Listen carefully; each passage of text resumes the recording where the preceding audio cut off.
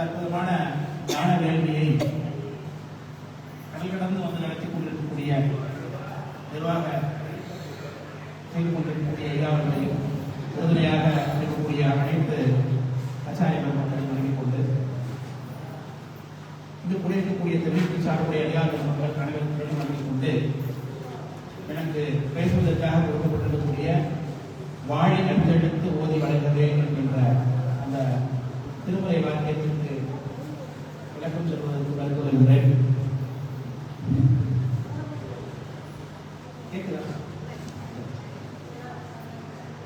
ஆரணம் ஆகமங்கள் அருளினால் உருவு கொண்டு காரணம் அருவானாகி ததிப்பவ இல்லையாகும் நாரணன் முதலாயுள்ள சுரர் நரர் நாகற்கெல்லாம் சீரணி குரு சந்தான செய்தியில் சென்றாரே சிவருமான் அருள் உருவம் தாக்கி வந்து சகல வகை ஆன்மாக்களாகி நமக்காக குருநாதனாக வருவான். அதாவது ஆன்மாக்கள்ல போகை சொல்ல முடியாது. அதுல ஞானருக்கும் சுவாமி அவர்களுடைய பக்குவத்திற்கேற்ப உள்ளிருந்து அருள் செய்வார். சகல வகை ஆன்மாக்கள் நமக்கு தான் சிவருமான் கண்ணுதலும் கண்ணக்கரையில் கலந்தவை மானுடைய யாக்கை தங்கி நம்மை போலவே குருநாத வெளிப்படுத்த வருவார். என்னுடைய ஆர்வமும் சாஸ்திரங்கள் சொல்லுவது அப்படி இறைவன் வந்து அருள் செய்யவில்லை என்றால் நாராயணமூர்த்திக்கு கூட சிவஞான செய்தி சென்றடையாது என்று சொல்றார். அதுல சிவருமான் நமக்கு கொடுத்ததாக சொல்லக்கூடிய முதல் விஷயம் ஆரணம் ஆகமம் என்று சொல்றார். ஆரணம் என்பது வேதத்தை குறிக்கிறது. ஆகமம் என்பது நம்முடைய சிறப்பு பிரமாணமாகி நம்முடைய சிவநூலை குறிக்கிறது. எதற்காக இரண்டு நூல் என்று பார்த்தோமானால் பிரமாணம் ஒன்று வந்தாதா சுவாமிக்கார் என நம்புவதற்காக தான் பிரமாணம் கொள்கிறோம். அந்த பிரமாணத்தை நாம நூல் பிரமாணம் இரண்டு கொள்கின்றோம். அத வேத பிரமாணம் ஆகம பிரமாணம் என்று சொல்லுவார்கள். இந்த வேத பிரமாணம் நமக்கு முதல் பிரமாணம். நம்மெல்லாம் முதல்ல வைதிகர்கள், வைதிக சைவம், இந்துக்கள். அதற்கு பிறகு உட்பிரிவுக்குள்ள நம்ம எல்லாம் சைவர்கள் என்று வருவோம். வேதம் சிவருமானை நேரடியாக காட்டாது. அதனாலதான் மறையினால் மாளால் அயனால் மற்றும் குறைவிலா அளவினாலும் பூரணாதாகி என்ற இறைவனால் கமலவாதம் என்று சொல்லியிருக்கிறார். வேதத்தினால பெருமானுடைய பெருமையை முழுமையாக அறிந்து கொள்ள முடியாது. அதற்குரிய ஞானம் நடத்த இல்லை. அதனால்தான் வேதம் என்னும் பாதமும் வளர்த்தனை பாதமும் அதனில் முழுமையும் பலவே அப்படித்தார். அப்போ வேதத்துக்குள்ளே எது சொல்லப்பட்டிருக்கிறது, வேதத்துக்குள்ளே எது புரிந்து வைக்கப்பட்டிருக்கிறது, அதுதான் பெருமக்கள் எல்லாம் எடுத்து நமக்கு காட்டினார்கள். வேதத்துக்குள்ளே ருத்ரத்துக்குள்ளே நமக்கு நமசிவாய என்கின்ற மந்திரம் அதுக்குள்ளே புரிந்து வைக்கப்பட்டிருக்கிறது. வேதம் நாட்களும் மேற்கோளாவது நானும் நானும் நமசிவாயவே என்று ஞானசம்பந்த ரமாச்சாரிய சுவாமிகள் எடுத்து காட்டுகிறார்கள். சேகராட்டம் கூட அருமறை முதலிலும் நடுவிலும் முடிவிலும் அன்பர்தம் திருவள சிந்தையிலும் வீட்டிற்கக்கூடிய திருவளர் ஒளி திருச்சிற்றம்பலம் என்று காட்டுகிறார். இப்போ காசனிதானம் உபாபிஷேக குருமணிகள் என்னுடைய தொழிலாளர் குருமணிகளை எழுதுகிறார்கள். எங்கு நோக்கிலும் உபாபிஷேகம் நடத்திக் கொண்டிருக்கிறார்கள். நம்முடைய நவீனாதீன தேவஸ்தானங்கள்ல இரண்டு தான் பாக்கி. இந்த வாரத்திலேயே அடுத்த வாரத்திலேயே 2 உபாபிஷேகம் நடக்க போகிறது. ஆச்சாரம் என்று சொல்லக்கூடிய அந்த ஆச்சாரியர் ஆச்சாரியராகி பரமாச்சாரிய ஞானசம்பந்தர் அடைந்த சேர்ந்தவங்க இருக்கு. ஆச்சாரிய குணம்ன்றது தான் ஆச்சாரிய குணம். அடுத்தது அழகாட்டு காமித்தாங்க, தக்ஷன் சம்பளிக்கப்பட்டான், நல்ல காரியமாக இருந்தாலும் நன்னறியில் செல்ல வேண்டும் அப்படின்னு. அதனாலதான் பரமுடை கத்தன் செய்த மாவேலுக்கு தீமையாக கரையடை மாறன் செய்த தீமைதான் நன்மையாக வேதத்துல சொல்லப்பட்ட காரியங்கள்ல ஒரு உயர்வானது ஹோமம் பண்றது, பெருமானுக்கு சிவாகினியில ஆகுதி கொடுக்கிறது. ஆனா அப்படிப்பட்ட ஒரு வேள்வி சம்பந்தமான விஷயத்தை சாமி அழிச்சிருந்தார். அதை செய்த தக்ஷனுக்கு ஆட்டின் தலையை இடித்து தலையாக்கி கூட்டியவராய் உதவினார்.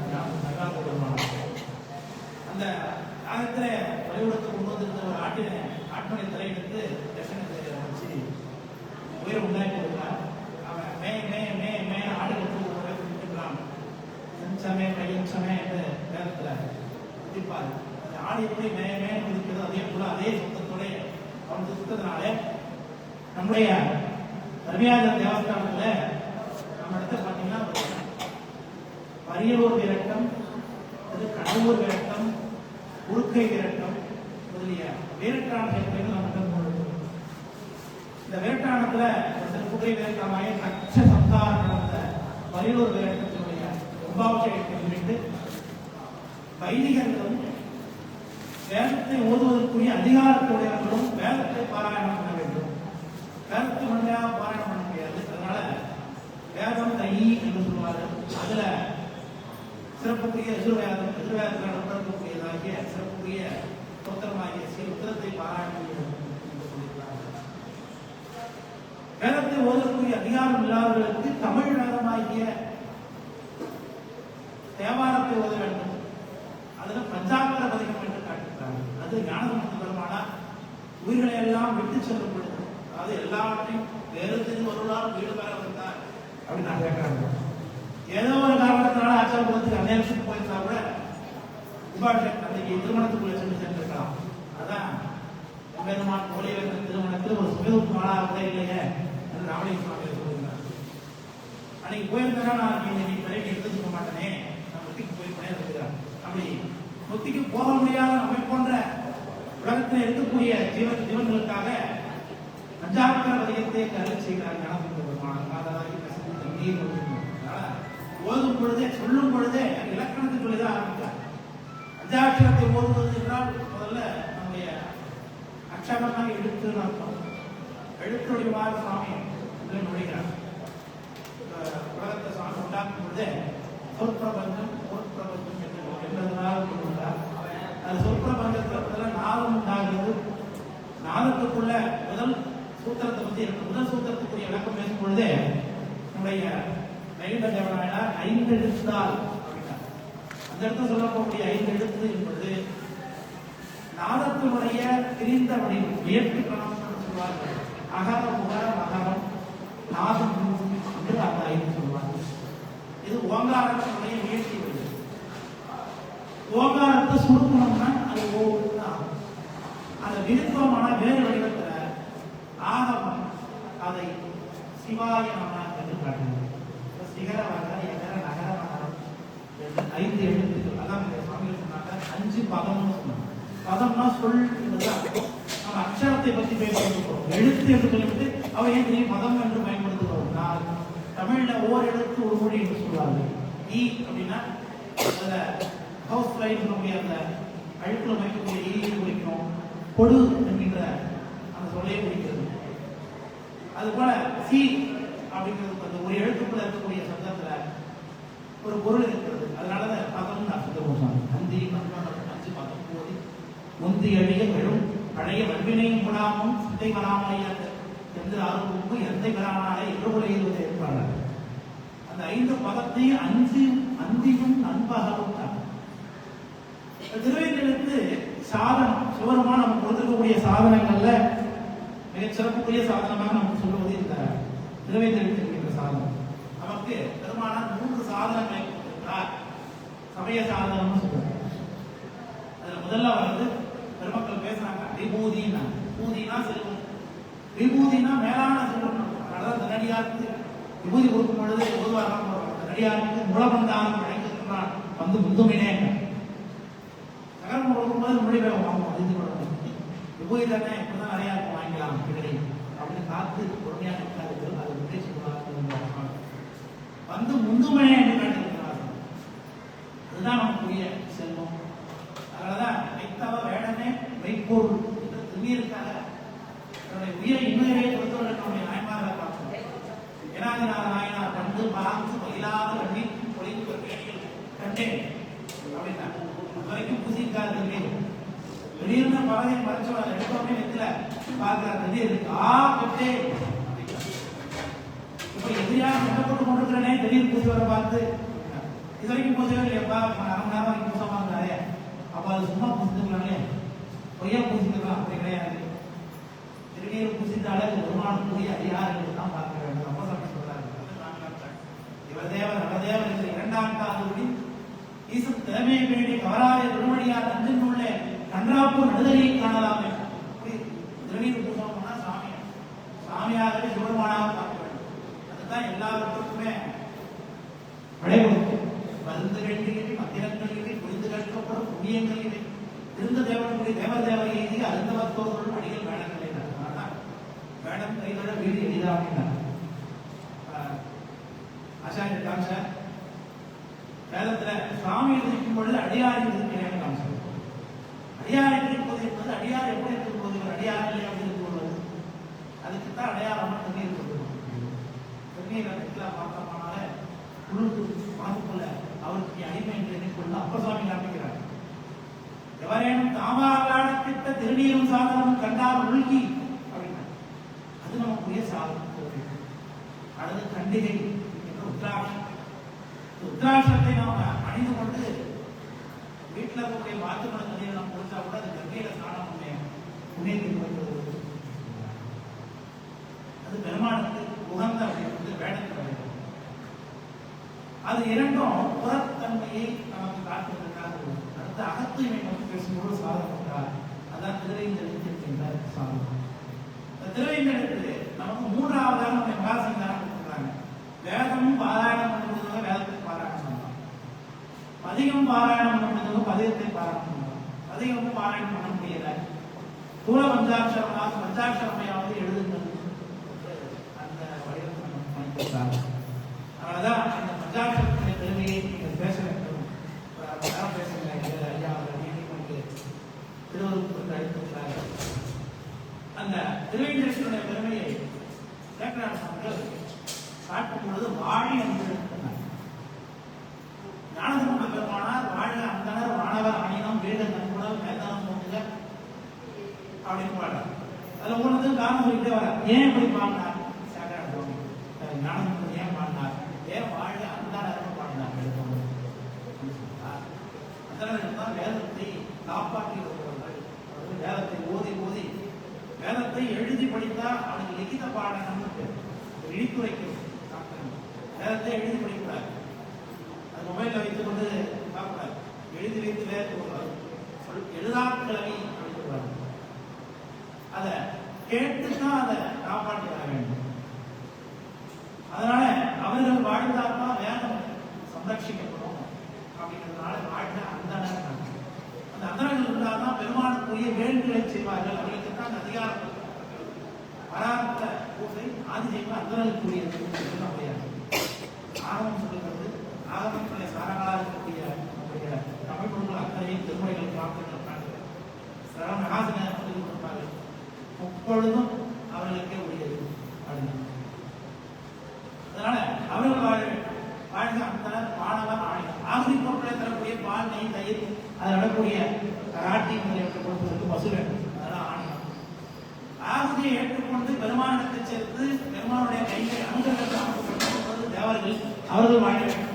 வாழ்ந்த அந்தனர் மாணவர் ஆணையம் வீழ்க தன்குணம் வீழ்க தன்குணம் மழை பெய்யணும் நல்லா அப்படின்னா ஏன் மழை பெய்யணும்னா மற்றவங்க என்ன சொல்லியிருப்பாங்கன்னா அப்பதான் பயிர் விளையும் விவசாயம் நடக்கும் மக்களுக்கு உணவு கிடைக்கும் அதனால மழை பெய்யணும் அப்படின்னு வெளியாட்கள் உரை செய்வாங்க. ஆனா சேக்கிழார் சுவாமிகள் ஏன் மழை பெய்யணும் ஞானசம்பந்தர் எழுதினார் தெரியுமா? அது அர்ச்சனைக்கு அமைந்த உறுப்பு ஆதலை சிவபூஜை செய்வதற்கு உரிய முக்கியமான பொருள் தண்ணீர். அதனால உலகத்திலே தண்ணீர் இல்லை என்றால் சிவபூஜைக்கு நடக்காது. அதனாலே மழை பெய்ய வேண்டும் என்று ஞானசம்பந்தர் வழங்குகிறார் என்று அந்த பதிகத்தின் பொருட்கள் கொண்டே வருகிறார். அதுல அரண் நாமமே சூழ்க அப்படின்னு சொன்னேன்.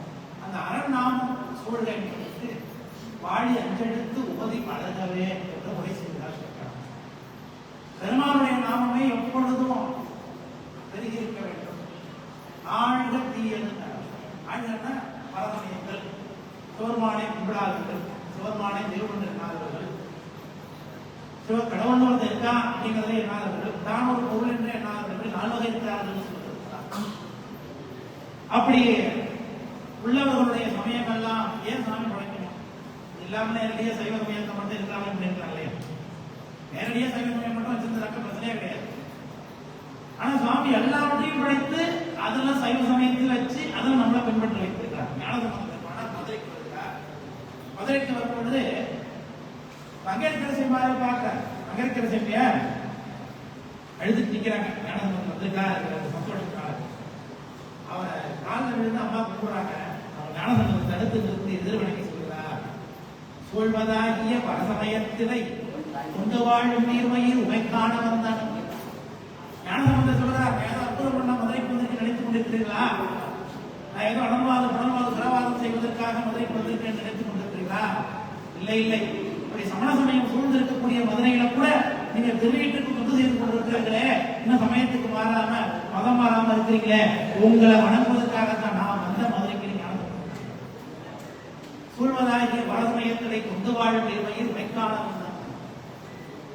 அப்போ பரசமயத்தை ஏன் சுவாமி படைக்கணும்? அது பக்குவம் அடையாத ஆன்மாக்கள் பக்குவம் அடைவதற்காக சுவாமி பல படிநிலைகளை அமைத்திருக்கிறார். அதனால பரசமயம் முக்கும் புகழ் விருதி வழி முயன்றும் சுத்தியார் காட்டுகிறது. விரிவினா அறிவினார்கள் வேறொரு சமயம் செய்து எரிவினார் சொன்னாயன் எம்பிராக்கு ஏற்றதாகும். விரிவில்லாத அறிவினார்கள் வேறு சமயங்களை செய்து சாமியை திட்டுவாங்க. அதை படைத்த சுவாமியை திட்டுவாங்க. நான் சொல்லுறேன், விரிவினா அறிவினார்கள் வேறொரு சமயம் செய்து தெரிவினார் சொன்னார் எனும் எம்பிராக்கு ஏற்றதாகும். பரிவினால் பெரியோரியத்தும் பெருவேறும் மேனினானை பரிவினால் வாழ்த்துகின்ற வகையில் நினைக்கின்றேன்.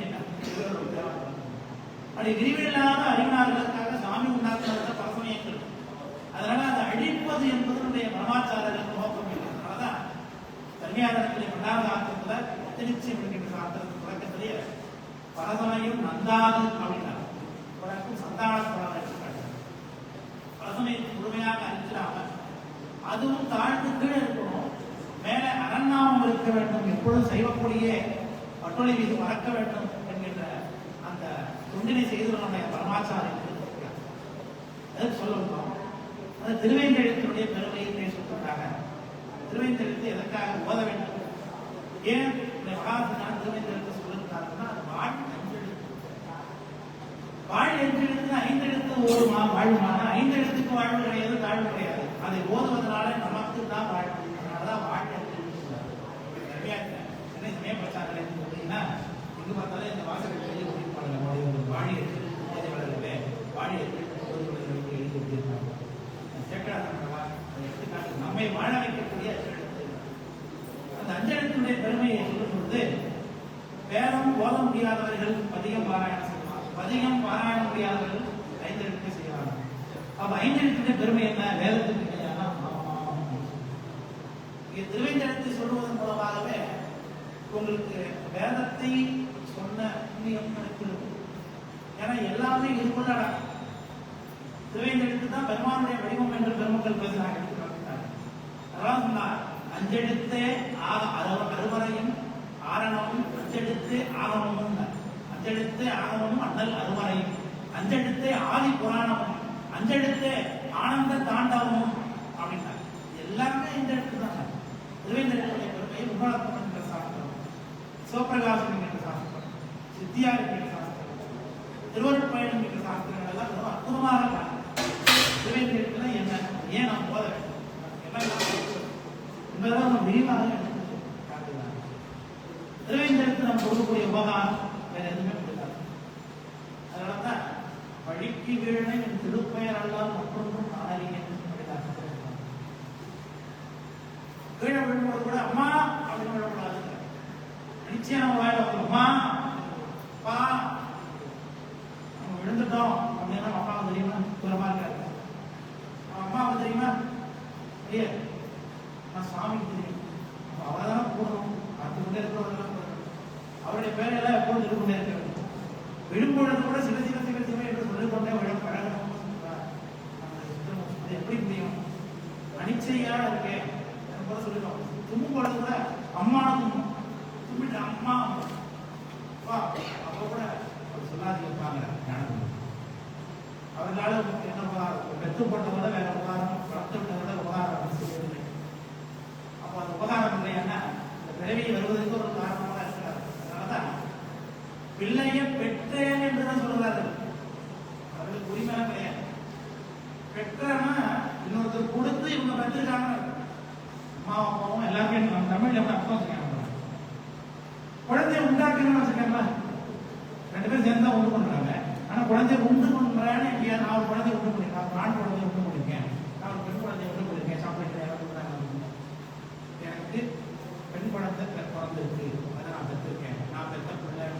இந்த பெற்ற அப்படின்னா என்ன அர்த்தம்? ஒருத்தர் கொடுத்து பெற்றதுன்னு தான் அர்த்தம். அது சுவாமி கொடுத்து பெற்றிருக்காரு. ஏன்? எல்லா விளக்குகளும் தான் செய்யும், அது மனுஷனும் செய்யும். உயிர்களை எல்லாம் இந்த உலகத்தில் தழைக்க வைக்க வேண்டும், அதற்கு ஒரு கருவி வேண்டும். அது சுவாமி தன் தாய் தந்தையை பயன்படுத்துகிறார். இந்த பெற்று வளர்த்து பக்கத்தில் அவன் கடமை முடிஞ்சு போச்சு. அவர்களை பார்த்துக் கொள்ள வேண்டியது நம்முடைய கடமை. இதெல்லாம் நிறுத்திக் கொள்ள வேண்டியது. ஆனா எல்லாவற்றுக்குமே அவங்களையும் நம்பி கொண்டிருக்கலாமா? போய் சேர்வதற்கு அவங்க ரொம்பலாம் முடியாது. அதெல்லாம் அந்த பாசம். அதனாலதான் தந்தையா தாயா ஆமார் அப்படின்னா இவெல்லாம் யார்? வந்தவாறு எங்கனே போமாறு. எப்படி அவர் வந்தார்களோ அவர்களே போமா அப்படியே சொல்லுவாங்க. மாயாவாம் இதற்கேது மகிழ வேண்டாம், சிந்தையில் உமக்கு ஒன்று சொல்ல கேள்வி திகழ்முடைய வாழவும் திளைக்கும் சென்று எந்தையா திருநாமம் நமச்சிவாய என்று எழுவாருக்கு இருசும்பில் இருக்கிறார்கள் அப்படின்னு திருவேந்தெடுத்துதான் காட்டுகிறார்கள் பெருமக்கள். அந்த திருவேந்தெடுக்க நமக்கு எப்பொழுது உபகரிக்கும். அதனால் தும்மல் இருமல் தொடர்ந்த போதிலும் வெம்மை நரகம் விளைந்த போதிலும் எப்பொழுதுமே நரகத்தில் இருந்தால் கூட திருவேந்தெடுத்து நரகம் கொடுக்காது. அப்படி இருந்தா கூட சொல்றாங்க, சான்ஸ் இருந்தா கூட நரகம் மூகினும் இல்லை காட்டு பிள்ளையன் பிறந்தான் மாலையன் வாழ்வு குடிகளிலும் அடியாரோடு அல்லால் நல்லே நரகம் முகினும் இல்லை. நரகம் யாருக்கு போகலாம்? யாருக்கு கிடைக்கணும் சொல்றார். சேரமான் பெருமாள் 11ஆம் நரகம் போகணும்னு ஆசையா இருக்கா? அது ரொம்ப பயத்தலாம் எளிமையாக நரகம் ஒரு வழி. யாரா திடீர்னு உத்ராட்சம் போட்டு வந்திருக்கிறாங்கன்னா அவங்கள ஒரு மனசு கஷ்டப்பட்ட மாதிரி பேசுறாங்க. எளிதாக நடந்து கொள்ளலாம். நரகத்துக்கு வீழ்வி அரணடியார்களை அடைமீன்களே. அதனால அந்த நரகம் என்னைக்கு நமக்கு போக மாட்டோம். அப்படி ஒரு சூழ்நிலை வந்தாலும் கூட நம்மை தடுத்து நிறுத்தும் திருவேந்தெடுத்து. அதனால திருவேந்தெடுத்து எப்போது சொல்லிக்கொண்டே இருக்க வேண்டும். சொற்றொருவரை கூரை கொண்டு குறைகள் சூழ்ந்த பிறகலாம். சொற்றொருவரை செய்த தீமை இம்மையே வரும் திண்ணமே மற்றொருவரை நினைப்பினேன் மதவாதிகள் நெஞ்சமே மட நெஞ்சமே குற்றரவரை புண்ணியம் எந்தை பெற்றமேறி எந்தை புறம்பையும் கொள்ள போதுமே. இது திருப்பம் என்ற வார்த்தை சாட்சிக்கிறார். மற்றொருவரை நினைப்புகளே மறவாது எழுதணும் ஏற்றிக்கும் போது பெருமானம் மறக்காம எழுதிக்கிறது. எந்த காரியம் செய்து கொண்டிருந்தாலும் அப்பொழுது சிவசிந்தனையோடு இருக்க வேண்டும். அதற்குத்தான் நம்ம திருவேந்தெடுத்து உபகாரம். இப்ப திருவேந்தெடுத்த எப்படி ஓதணும்னா அதமில் ஆதிகள் இல்லாத அந்தெடுத்து அதனாலே வந்தவாறு உரை செய்வது. அதுதான் ரொம்ப முக்கியமான குறிப்பு. அதனால நம்முடைய இந்த அஞ்சாட்சரத்தை உரை செய்வதற்கு எழுதுவதற்கு நம்ம கொடுத்துருக்கக்கூடிய அந்த படிவத்தில் கூட என்ன எழுதியிருக்காங்கன்னா நமசிவாய என்கிற கூட பஞ்சாட்சரத்தை மட்டுமே எழுத வேண்டும் எழுதியிருக்காங்க. ஏன்னா திருவேந்தெடுத்தை உச்சரிப்பது குருமுகமாக பெற்று உச்சரிப்பது என்பதுதான் நம்முடைய மரபு. நம்முடைய மரபு என்று சொல்வது பெருமக்கள் காரணம் கூட சுத்தாத்வைத சைவ சித்தாந்த மரபு. இந்த மரபுல என்ன முறையோ அதைத்தான் நாம் பின்பற்றுவோம். முன்னாடி போனவங்க எப்படி போனாங்களோ அந்த வழிதான் அவனுக்கு தவிர்த்து நாம ஏதோ புதுசு புதுசாக ஒரு நாய் செய்யக்கூடாது. அது பயனை கொடுக்காது. ஏற்கனவே போனதுல நல்ல பயன் விளைந்திருக்கிறது சொல்லும் பொழுது அந்த வழியா போகாம புதிய வழி நாவல் பூர்த்தி பண்ணுங்க என்றால் அது கூட தான் நினைச்சோம். அதனால ஆச்சாரியர் சொல்லும் எழுதிருக்கிறாங்க. குலபஞ்சாட்சரத்தை எழுதுறாங்க. ஏன் அது சொல்றாருன்னா குலபஞ்சாட்சரம் அனைவருக்கும் உரியது. பெருமானை நம்ம சன்னதிக்குள்ள இருந்து தெரிஞ்சுக்கிறதுக்கு எல்லாரும் அப்படி முடியாது. அப்படி சன்னதிக்குள்ள வரதுக்கு முடியாதனால தூரத்துல இருந்து பார்ப்பதற்காக தான் தூணலிங்கம் என்ற கோபுர விமானம் வைத்திருக்கிறாங்க. கோபுர விமானமும் தூரத்துல இருந்து தரிசனம் பண்ணி கொடுத்திருக்காங்க. எப்படி கும்பாபிஷேகம் பொழுது மூலாலயத்தில் கும்பாபிஷேகம் பண்ணி சாமியை இறக்குறாங்களோ அதே போல விமானத்திலையும் சாமியை ஆவாகனம் பண்றாங்க, கோபுரத்திலையும் ஆவாகனம் பண்றாங்க. நம்ம நினைச்சு சாமியை உள்ள பண்றாங்க, எல்லாம் இங்க எல்லாம் போட்டுருக்கு, கோபுரத்தினால கிடையவே கிடையாது. அதனாலதான் கும்பாபிஷேகம் அப்படின்னு திருப்பணி சொல்றதுனால பாலாலயம் சொன்னாங்க. முதல்ல கோபுரத்தில் உள்ள கலைகளை இறக்கி வருவோம். ஏன்னா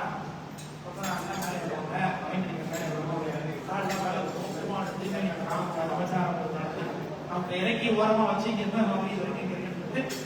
நிறைவாக சாமி யாகசாலைக்கு படுறது கற்பனை தேவையான சாமி கற்பம் யாகசாலைக்கு அடிச்சுட்டு போனதுதான் உள்ள வச்சிருக்காங்க. அந்த தூளலிங்கம் எப்படி அனைவருக்குமே உரியதாக இருக்கிறதோ அதுபோல தூள பஞ்சாட்சரம் அனைவருக்கும் உரியதாக இருக்கும். சாமி கும்பிடுவதில் 2 வகை சொல்கிறார்கள். முமுக்ஷு முமுக்ஷு. முமுக்ஷுனா போகத்தில் இருக்கக்கூடியவர். முமுக்ஷு அப்படின்னா முக்தியில நாட்டக்கூடியவர். முக்தியா எனக்கு எப்பொழுதுமே வேணும், இந்த உலக வாழ்க்கை எனக்கு வேணாம் அப்படின்னு நம்ம நினைக்கிறோம், விரும்புகிறோம். ஆனா செயல்பாடு அப்படி இருக்கா இல்லை. முக்தி நோக்கி ஆசைப்படுறோம், பேச முடியும். மத்தியான சாப்பாடு வந்துருச்சு, உடனே வீட்டுக்கு தான் போய் ஆகலாம். வீட்டுக்கு போனோடனே வீட்டில் மனைவி இருப்பாங்க, கணவர் இருப்பாங்க, பிள்ளைங்க இருப்பாங்க. மத்தியான சாப்பாடு செய்ய வேணும், அப்போ நல்லதாக செஞ்சு கொடுக்கணும், வீட்டில் தான் வாழ்ந்தாகணும். இப்போ நம்மளாம் போகப்பட்டு தான் வாழ்க்கை கொடுக்குறோம், என்ன பண்டுகளை அறுக்கவில்லை. அதனால போக வாழ்க்கை வாழ்க்கை தப்பு போடுறதுன்னா உங்களுடைய எல்லாரும் போக வாழ்க்கை தான் இருக்கும். நாம் இதற்காகத்தான் இந்த முக்ஷுக்குரிய பஞ்சாட்சரமாகிய தூள பஞ்சாட்சரம். நம் முதலாவது துறப்பு வழக்கு. நம் முதலாவது அப்படிங்கிற எழுத்து முதன்மையாக வைத்து வர வேண்டும். அதே சமயம் ஆதி மலம் 2 முதன்மையாக ஓதி பாதியா மலம். ஆதி மலம் திரைந்தெழுத்துடைய அடைவு நமக்கு 5 எழுத்துக்கள்ல சிகரம் சிவருமானையும், நகரம் திருவருள் அம்பிகையும், யகரம் உயிரை குறிக்கிறது. மக்கள் பேசுறாங்க. எட்டும் 2 ஆன லிங்கத்தை நட்டம் முதல்வா விளக்குகள் அப்படின்றாங்க. 8ஐயும் 2ஐயும் சேர்த்தா 10. 10 ஆன லிங்கம்.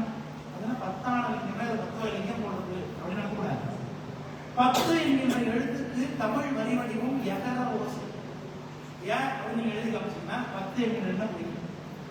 அதனால யகரம் என்பது உயிரை பிடிக்கும், ஆவியை பிடிக்கும். அதுதான் சுவாமி எங்க இருக்கார், நம்ம எல்லாம் உயிரோடைய தான் இருக்கார். நம்ம இதயத்துல தான். அதான் அப்பதான் தேடி கண்டு கொண்டேன், தேடி தேவனா தேவனை என்னுள்ளே தேடி கண்டு கொண்டேன். பெருமான் ஏமானன் என்கின்ற வடிவத்துல பூச கொடுக்குறாங்க. நல்லா இருக்காரு, நல்லா இருக்காரு. அதான் அப்பதான் இருக்காங்க. உருவார் உயிர்களெல்லாம் உணர்ந்து அறிவி எல்லாம் நீ உணர்ந்து தெரிந்து கொண்டிருக்கிறாய் சுவாமி. ஆனா உனக்கு எதுவும் தெரியாது என்று நினைத்து நான் புது வேலை செய்து கொண்டிருக்கிறேன். நினைச்சா வெல்கிறேன், விழாவில் ஜெயித்துட்டேன். உள்ளுக்குள்ளதான் சாமி இருக்கிறா, எல்லாம் எடுத்து கொடுக்கிறார். அதாவது எங்க உயிர் மேல சாமி இருக்கிறார். நகரம் என்பது திரோதான சக்தி, திரோதானம். மகரம்ங்கிறது ஆணவத்தை குறிக்கிறது. அதான் இருள் மனம். சாமி தொடக்கத்தில் சொல்லும்போது சிந்தையில் இருக்கக்கூடிய மக்கள் சிந்தைகள் சார்ந்த நிலைகள். அதான் நம்முடைய சைவ சித்தாந்தம் ஆணவம். ஆணவம்னா மிக துபத்தானம் நினைச்சுக்கூடாது. இப்ப ஆணவமா இருக்காது அப்படின்னா அது துபா இருக்காங்க. நம்மளுடைய சமயத்தை பொறுத்தளவுக்கு ஆணவம்னா அறியாமைன்னு அர்த்தம். ஆணவம்னா அறியாமை, இருள். அந்த 2ஐயும் நீக்க வேண்டும். நகரத்தையும் மகரத்தையும் நம்ம எப்போ விடுபடுறோம் அப்போதான் சிகரத்தையும் மகரத்தையும் முடிக்கலாம். அதுதான் நம்முடைய க்ளோஸ் பாயிண்ட்ல என்ன ஊன நடனம் உருவாள், ஞான நடனம் உருவாள், தாங்கதுரை நாடு சி வ ய ந அப்படின்னு நடுப்புற எகரம் இருக்கு, அது உயிர். ஒரு பக்கத்துல சிகரமும் மகரம் இருக்கு, அது சுவாமி அம்மன். இன்னொரு பக்கத்துல நகரம் மகன், அது திரோதான மனமும் ஆனமனம். இதை ஊன நடனம்னு சொல்றாரு, இதை ஞான நடனம் சொல்றாரு. அதனாலதான் உயிருக்கு சதசத்து சிதசத்து. சுவாமி உயிரை நோக்கி வரமாட்டாங்க. பதியை சென்று அழுகா பசுவாசம். பதி அணிக்கு பசுவாசம் இல்லை. பதி அணிட்டாருன்னா பசு இருக்காது, பசுத்தன்மை இருக்காது, மனம் இருக்காது. இது ரெண்டும் அவர் சென்று அடையாது. ஆனாம்பலம் சடப்பொருள் சாமியை சென்று அடையாது. உயிரை சென்று ஆனாம்பலப்பட்டார். சுவாமி உயிர் நோக்கி வரமாட்டார், மனத்துக்கிட்ட அவர் போக மாட்டார், மனம் நிற்காது. ஆனா ரெண்டு பேருடைய சம்பந்தப்பட்டு இருக்கிறது.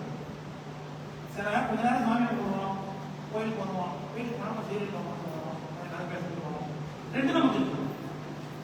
அதனால இது ஏதோ தப்பு போட்டுருக்குன்னா அதுதான் உயிரோட இயல்புன்னு இரானது ரெண்டு தன்மை உடைய இருதிரப்பட்டது ஆத்மா ஞானப்பட்டுகிறது. இது தப்பையும் செய்யும், சுவாமியும் நோக்கம். ரெண்டு தன்மை இவருக்கு தான் இருக்கு, அந்த பெருமை நமக்கு தான் இருக்கு. அதனாலதான் நம்மளால தான் சாமி இருக்காருன்றதுக்கு, சாமிக்கு பெருமை நாம இருக்காதான். ஏன்னா நாம இல்லைன்னா சாமி இருக்கிறது யாரு தெரியுது? அவரு தன்னை அறிந்து கொள்ள மாட்டார். அவருக்கு ஆனந்த பொருள், அந்த ஆனந்தத்தை அவர் அனுபவிக்க மாட்டார். சக்கர பொங்கல் சாப்பாடுலாம் வந்து ரெண்டா ரெண்டா இறங்கிருக்கு. சாப்பிட சாப்பிட என்ன சாப்பிடலாம். அதை நாம இல்லைன்னா சாப்பாடு வந்து இறங்கி என்ன பிரச்சனை? அதுபோல சாமி இருக்காருன்னா உயிர் இருந்தாலும் சாமி இருக்காருங்கிறது பெருமைதல்ல, நாம தான் அவரை அறிந்து கூட வேண்டும். அதனால சாமி அப்புறம் நம்ம எல்லாம் சொன்னாங்க, இவட கவலைப்படாதீங்க, அவர் உங்களோட ஆளுமையாக கும்பிலா தொடர் கூடி தொழுது அழுது ஆடிப்பாடும் அன்பலால் பொருளுமில்லை ஐயனையார் அவருக்கு உங்களோட கதை கிடையாது, நமக்கு அவரோட கதை கிடையாது. கும்பிலா தொண்டர் எல்லாருமா கும்பிலா தொண்டர், கும்பிலா தொடர் கூடி தொழுது அழுது ஆடிப்பாடும் அன்பலால் பொருளுமில்லை. அவர் அதைத்தான் அவர் கூறுகிறார். மரியாதை அவர் மீது வைத்தாங்க. உயிரானது ரெண்டு தத்துவத்தையும் சுவாமியையும் நாடுவோம், மலத்தையும் நாடி இருக்கும். அதனால சத சத்து அசத்து சத், சத் அசத்து, சத சத்து. சித்து பொருள்னா அறிவு பொருள், அசித்து பொருள்னா அறிவிட்ட பொருள், ரெண்டு சார்ந்திருக்கிறது. சித் அசித்து. சேத்தனம்னா அறிவுடைய பொருள், அச்சேதனம்னா அறிவிட்ட பொருள், ரெண்டு சேதனா சேத்தனம். சூக்கம்னா சிவருமான குறிக்கக்கூடிய சொல்லு, அசூக்கமம் அப்படிங்கிறது சைவத்தாம ஆணவம் குறிக்கிறது. அதனால சூக்கமா அசூக்கம் இந்த நாலு பேர் உயிரை குறிக்கிறது. இது நடுப்புற இருக்குன்றதுக்கு தான் திருவேந்தரில் சி ப அப்படின்னு சொல்றாங்க. அதான் உணா நடனம் போடுவார், ஞான நடனம் போடுவார், தான் நடுவே. அப்ப நம்ம என்ன செய்ய வேண்டும்? ஒரு பக்கத்தில் இருக்கிற ஆட்களை விடணும், அவங்க பேர் விடணும். சி ப மட்டும் பிடிக்கணும். சி ப மூணு பேர் தான் இருக்கணும். அதான் சிவாய என்பவருக்கு எழில் வானகம் இடமாக பண்ணினார் அவர் பாலைத்துறையே. அப்ப சாமி திருப்பாளத்துறைங்கிற தேவாரத்தில் பாடுறாங்க. அந்த தேவாரத்துறை சிறப்பு என்னன்னா, எப்படி திருவேங்கடத்து வேதத்தினுடைய ஹதேபாகத்தில் இருக்கிறதோ அதே போல தேவாரத்தினுடைய ஹதேபாகத்துல சிவாய என்கின்ற மந்திராட்சத்தை வச்சு பாடிருக்கிறாங்க. அப்படி பிளான் பண்ணி பாடுறாங்க. ஒவ்வொரு தேவாரத்தில் எடுக்கிறது அப்பசாமி தேவாரம். அப்பசாமி தேவாரம் 3 பாட்டு. 5ஆம் திருமுறை 6ஆம் திருமுறை, 4ஆம் திருமுறை 5ஆம் திருமுறை 6ஆம் திருமுறை. இது மூணு நடக்கிறது 5ஆம் திருமுறை திருக்குறுந்தகை. திருக்குறுந்தகைன்னு 100 பதிகம். அதுல 51வது பதிகமாக திருப்பாளத்துறை தேவாரம். அதுல 6வது பாடல் 5 பாடல் முடிஞ்சு அடுத்த நடுப்புற இருக்கக்கூடிய பாடல்ல சொல்லுறாங்க சிவாய சிவாய பார்க்கணும். யாரு சிவாய என்று சொல்லுறாங்களோ அவர்களுக்கு எழில் மாணவன் இடமாக பண்ணினார் அவர் பாலைத்துறையில். அந்த பதிகத்தை தொகுக்கும் போது அம்மையாளர் நம்பிக்கை நேசா தொகுத்திருப்பார். ஆனா அப்படி அமைந்திருக்கு. வேதத்துல எப்படி சிவாய என்பது நடப்பதோ அது போல தேவாரத்திலே சிவாய பெருமானே எல்லாவற்றிலும் கர்த்தா என்று குறிக்கிறது வேதம். அப்போ சிவாய என்கின்ற அந்த 3 நாம் ஆக வேண்டும். திருவேந்தரத்துக்கு கோலபஞ்சாட்சம் ஓதுகின்றோம். அப்போ இப்படியே ஓதிடலாமா? அடுத்தது ஏன் அங்க போக சொல்றாங்க? இது மலத்தை மாற்றாது, புத்தியை கொடுக்காது.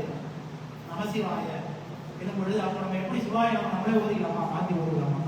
அதுதான் மந்தவாறு. அது குருநாதரத்தை பெற்றுத்தான் நாம் ஓத வேண்டும். அதனால திருவேந்தரத்தை குருநாதரத்தை நாம் தீட்சை பெற்று ஓத வேண்டும். அதுதான் சொல்லுவோம். திருவேந்தரத்தம் செய்யக்கூடிய உபகாரம் என்று ஒரு பாடலை நம்ம சொல்லிட்டு பண்ணிடலாம். எல்லையில் பிறவினவும் இருவினை எரிசேர்வித்தின் கொள்ளையுள் அகலம் ஏன்ற உடல் பழவினை ஊக்கும் கொள்ளையில் வருதல் போல தோன்று இது வினையது உண்டே அல்வொழி புறையும் ஞான தழல்கள் அழிந்து போமே.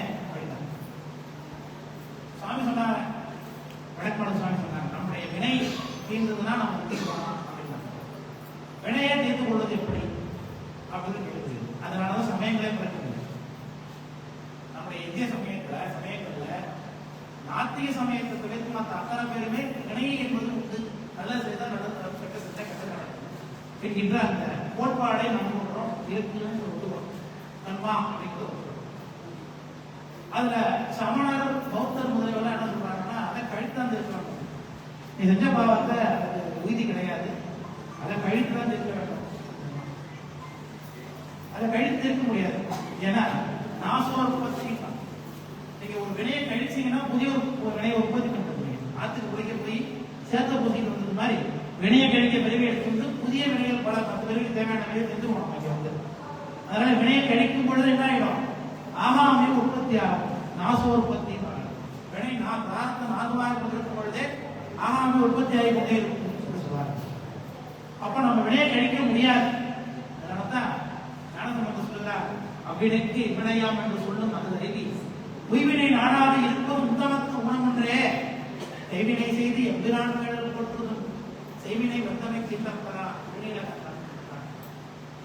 அப்போ பெருமானுடைய திருவடியை பிடிப்பது ஒன்றுதான் நம்முடைய தர்மத்தை கழிப்பது முடியவில்லை. ஆனா பெருமானை என்ன பண்ணுகிறார்? அவர் தான் நம்ம பிழைப்பது காரணம். அந்த வினையை கூட்டிட்டு பெரிய அனுப்புறது அதுதான். அப்ப நம்மகிட்ட 3 வகை வினை, சஞ்சித கர்மா, பிரார்த்த கர்மா, அகாமிய கர்மான்னு. சஞ்சித கர்மானா நம்ம முதல் பிறவி எடுத்ததுல இருந்து இந்த பிறவி வந்த வரைக்கும் நம்ம எடுத்துக்கூடிய அத்தனை பிறவிகளுக்கும் சேர்த்து வச்சிருக்கக்கூடிய கர்மா.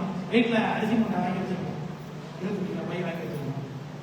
அது அப்படியே சமைச்சு நினைக்காமலே ஒரு படி அதில் எடுத்து அதில் சாதமாக வச்சு அதில் ஒரு டப்பாவில் போட்டுட்டு தான் வேலை பார்க்கணும். அது போல இந்த பிறவியை முடிச்சுட்டோம்னு வச்சுங்க, குத்திக்கு போகாம முடிச்சிட்டோம்னு வச்சுங்க.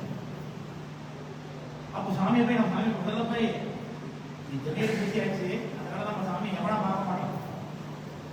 திடீர்னு பூசாரமாக செத்து போனாங்க என்ன பண்ணுவாங்கன்னா எம்மட்டத்தை கொண்டு போய் நிறுத்துவாங்க. எவன் கேட்பான இன்றைக்கும் இல்லையோ பிறவாமை பாவி அப்படின்னா எவன் என்ன எத்தனை ஜென்மமா என்னை பார்த்து கொண்டே இருக்கிற எவ்வளவு 7000 இருக்கணும் தெரியுமா? தெரியாதான் இன்றைக்கும் இல்லையோ பிறவாமை பாவி. அப்ப சாமிகிட்ட போய் நிக்கிறோம். நம்ம சாமி பிடிச்சாச்சு, திடீர்னு புத்தாச்சு, உத்ராட்சம் போட்டாச்சு, சிவகணங்கள் அடிச்சு சாமி நிக்கிறாங்க. ஆனா கொஞ்சம் பக்கம் வர வேண்டியிருக்கு, ஒரு நல்ல பெரிய ஒரு பாடசாலை கொடுத்தாருன்னா அப்ப சேர்த்து வச்சிருக்க அத்தனை கர்மத்தையும் நம்ம கழிக்க முடியாது. அப்போ கொஞ்சம் எல்லாத்தையும் எடுத்து வச்சுட்டு அந்த பிறவிக்கு தேவையான அளவுக்கு மட்டும் கர்மத்தை நம்ம நடத்துறது. இதுதான் பிராரத்த கர்மானது. இந்த பிராரத்த கர்மாவை நம்ம இங்கே கழிக்கும் பொழுதே ஆகாமியத்தை உற்பத்தி பண்ணும். அதுக்கு சொன்னேன், கழிக்க ஒரு பொழுது உற்பத்தி பண்ண திரும்ப கொண்டு போய் சாமி நிற்போம், திரும்பி வாங்கி வைப்பார், திரும்பி அனுப்பார், திரும்பி கொண்டு வைப்போம், திரும்பி நிற்பார், திரும்பி அனுப்பார், எப்ப முடியாது. அதனாலதான் ஏழை தொழுமனே எத்தனையோ காலமெல்லாம் வாழ்த்துரைத்தேன் பரம்பரணை பணியாதே ஊழி சிந்தா மணிவந்தியம் பிறவி தாழி பறிக்கவன பிறவி தாழ சுத்தி சுத்தி அங்கே சுத்திட்டு இருக்குது. பிரார்த்தம் சஞ்சத்திலிருந்து பிரார்த்தம் வர்றது, பிரார்த்தம் ஆகாம இருக்கும்போது சாமிட்டு பிடிக்கிறது, திரும்பி சஞ்சத்திலிருந்து பிரார்த்தம் வர்றது, திரும்பி ஆகாம இருக்கும்போது சாமிட்டு போறது, சுத்திக்கிட்டே இருக்கு. அப்போ நம்ம பெரிய மூட்டையை முதல்ல காணிக்கணும். அது என்ன சார் தெரியும்? நம்முடைய சாஸ்திரம் சொல்லுகிறது, என்றைக்கு நீங்க திருவைந்தெடுத்து உபதேசம் வாங்குவதற்காக குருநாதனுடைய சன்னதியை அடைகிறீர்களோ அன்றைக்கே உங்களுக்கு சஞ்சித கர்மம் முழுவதும் தள்ளுபடியாக. திருவைந்தெடுத்து ஓதுவதற்காக, திருவைந்தெடுத்து வாங்குவதற்காக குருநாதனுடைய சன்னதியை நீங்க அடைகிறீங்க, உபதேசம் வாங்க போறீங்க. நாளே உங்களுக்கு என்ன எழுத எல்லையில் பிறவினருக்கும் இருவினை எரிசாரிடத்தின் கொள்ளையில் ஏற்பட்ட விதை போல வேலை இல்லாமல் போகும் உங்களுடைய சஞ்சித கர்மம். அடுத்தது கையில குருநாதர் என்ன கொடுப்பாரு? திருவேந்தெழுத்தை கொடுத்துருவார். திருவேந்தெழுத்தை வைத்துக் கொண்டு நாம் என்ன செய்ய வேண்டும்? பழிக்கு வீழும் திருப்பெறலாம் மற்றும் உண்மை இருக்கும் பிறந்த போதிலும் வெம்மை நிறைய விளைந்த போதிலும் இப்படியெல்லாம் திருவேந்தெழுத்து வழிகொண்டே இருக்க வேண்டும். எப்படி நடேச நாயனார் குழந்தை அறநிலை பாலர் செய்த நன்மை தீமைதான் நன்மை அளிக்க. நடேச நாயனார் சோகம் வாழ்க்கை கூட்டு சோதி பண்ணி கொடுத்தார். அவங்க அப்பா கையெழுத்து புது அடிச்சு கொடுக்குறான். அவருக்கு அதற்கு தெரியவே இல்லை. அப்புறம் பார்ப்படாமலே சிலை கட்டி சிரிக்கிறான். சீதையிலை மாணி சோதரன் சிரிப்பானே. அப்பதான் அவர் சோகமான கலந்து பார்க்கிறார். இதை போல எடுத்து விடுறார். அப்போ தாள் ரெண்டும் முடியப்பட்டு இறந்து விடுகிறார்.